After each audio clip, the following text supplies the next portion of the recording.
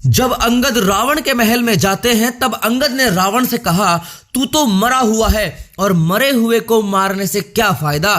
तो रावण ने बोला, मैं जीवित हूं, मरा हुआ कैसे। तो अंगद बोले, सिर्फ सांस लेने वालों को जीवित नहीं कहते, सांस तो लोहार की धोकनी भी लेती है। तब अंगद ने मृत्यु के 14 प्रकार बताए। कोल काम बस कृपन विमूढ़ा, अति दरिद्र अजसी अति बूढ़ा, सदा रोग बस संतत क्रोधी, विष्णु विमुख श्रुति संत विरोधी, तनु पोषक निंदक अग खानी, जीवत शव सम 14 प्राणी। ये वो 14 प्राणी है जो जीवित तो है लेकिन मरे हुए के समान है। तो पहला है कामवश, जो व्यक्ति अत्यंत भोगी हो, काम वासना में लिप्त रहता हो, जो संसार के भोगों में उलझा हुआ हो, वह मृत के समान है। जिसके मन की इच्छाएं कभी खत्म नहीं होती और जो प्राणी सिर्फ अपनी इच्छाओं के अधीन होकर ही जीता है, वह मृत के समान है।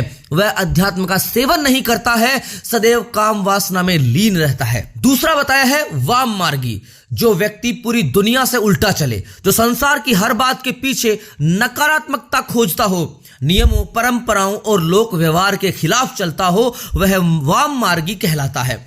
ऐसे काम करने वाले लोग मृत के समान माने गए हैं।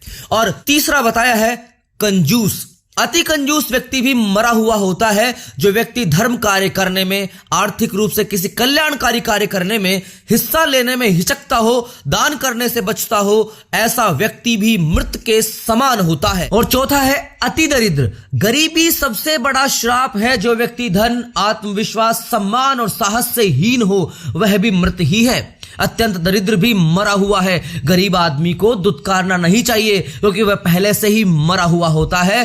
दरिद्र नारायण मानकर उसकी मदद करनी चाहिए।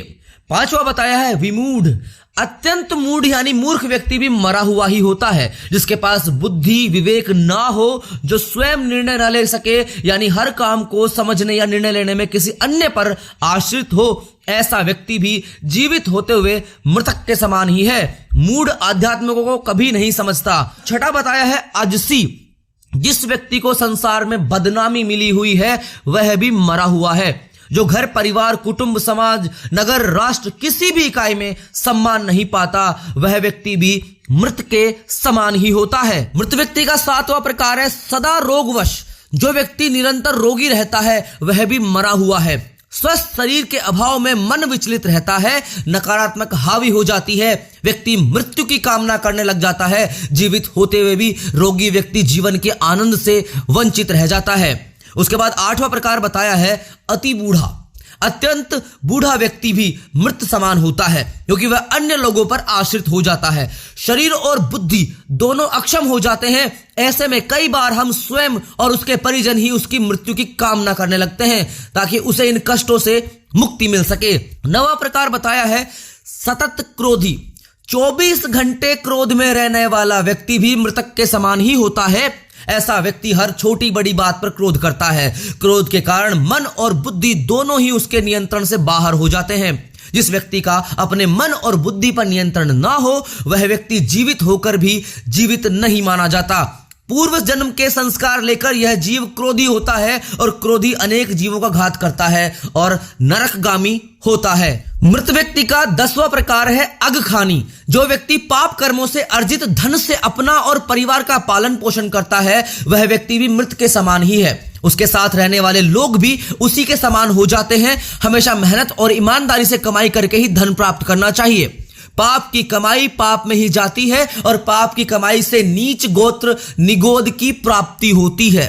11वां प्रकार जो बताया है वो है तनु पोषक, ऐसा व्यक्ति जो पूरी तरह से आत्मसंतुष्टि और स्वयं के स्वार्थों के लिए ही जीता है। संसार के किसी अन्य प्राणी के लिए उसके मन में कोई संवेदना ना हो, ऐसा व्यक्ति भी मृत समान ही होता है। जो लोग खाने पीने में, वाहनों के स्थानों के लिए हर बात में सिर्फ यही सोचते हैं कि सारी चीजें पहले हमें ही मिल जाएं, बाकी अन्य किसी को कुछ ना मिले, वे मृत के समान होते हैं। ऐसे लोग समाज और राष्ट्र के लिए अनुपयोगी होते हैं। शरीर को अपना मानकर उसमें रत रहना मूर्खता है क्योंकि यह शरीर विनाशी है, नष्ट होने वाला है। 12वां प्रकार बताया है मृत व्यक्ति का निंदक, अकारण निंदा करने वाला व्यक्ति भी मरा हुआ होता है, जिसे दूसरों में हमेशा कमियां ही नजर आती है। जो व्यक्ति किसी के अच्छे काम की भी आलोचना करने से नहीं चूकता, ऐसा व्यक्ति जो किसी के पास भी बैठे तो सिर्फ किसी ना किसी की बुराई ही करे, वह व्यक्ति भी मृत समान होता है।